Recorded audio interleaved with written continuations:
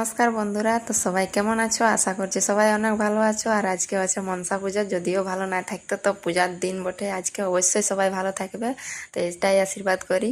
আর দেখো আমার পিঠাগুলো কত ফুলে ফুলে উঠছে, কারণ অনেক এখন সবাই খুশিতে আছে যে মনসা পূজায় মাংস গাইদে খায়, গাইদে হয় মাংস। সবাই জানে যে মনসা পূজাটা সবাই হেরে হেরে বসে আছে 1 মাস ধরে, কারণ এবছর তো যদিও মানুষ টুকটাক খায়, তো এবছর গাইদে খাবে, কারণ ক্ষেতগুলা সব রুয়াইন গেলছে লোকের আগেই, 15 দিন আগেই।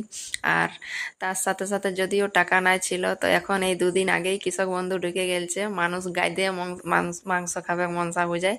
তো এখন আমাদেরও পুরা এখন চলবে। তো এই যে এখন আমরা পূজা করছি, তারপরে এখন একটা গোটা হাঁস নিয়ে এসেছে আমার বর। আর দেখো কত জলদি জলদি আমার বরে পূজা করছে, কি জলদি সকাল হোক তো হলেই মাংস খাওয়া যাবে।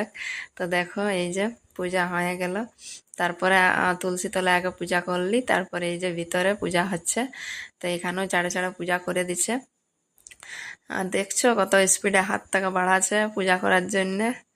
তো এই যে হয়ে গেল এখানেও পূজা, আর জনাইটা দিয়ে দিল, পিঠাগুলাও দিয়ে দিল।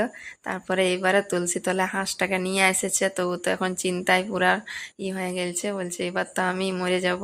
তো এই জন্য ওকে এবার জল দিয়ে দিল, স্নান করায় সিঁদুর আইন দিয়েছে। আর এই যে একটু ডরে ডরে খাইলো, আমার ছেলেরা বলছে আমাকেও একটু দে ধরতে, তো ও ধরে নিল। তো দেখো বন্ধুরা, তো ইয়ার পরে তো পাপ নিতে হবে, সেই জন্য একটু আগেই মাফি খুঁজে লিছি ভগবানের কাছে, যাতে আমাকে মাফ করে দেওয়া। তো চাই হোক ভিডিওটা শেষ হতে তো সহজ।